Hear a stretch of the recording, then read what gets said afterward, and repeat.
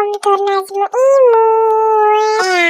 Guys, ini lanjutan yang kemarin. Bisa dibilang percintaan gitulah. Suara aku kecil soalnya ini tuh malam-malam. Nah, kan udah aku jelasin. Jadi kita lanjut langsung cerita ya. Pas aku baru masuk kelas ya, dan aku duduk gitu ya, kayak biasalah duduk di kursi, ngobrol sama teman-teman aku. Kan bisa belajar, udah skip aja ya. Langsung ke intinya. Nah, aku kayak lagi ngobrol-ngobrol.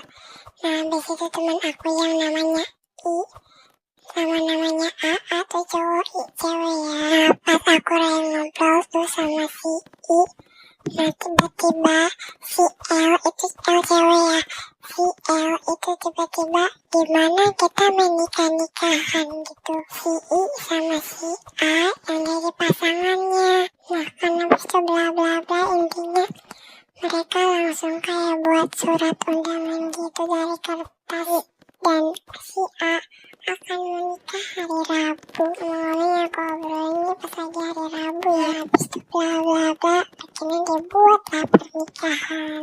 Ya kayak ini kursi, ini ada meja satu, kursinya 3, 2, sama 1. Contoh ini kanan 2, kiri 1. Yang sisanya itu ya satu bangku gitu lah.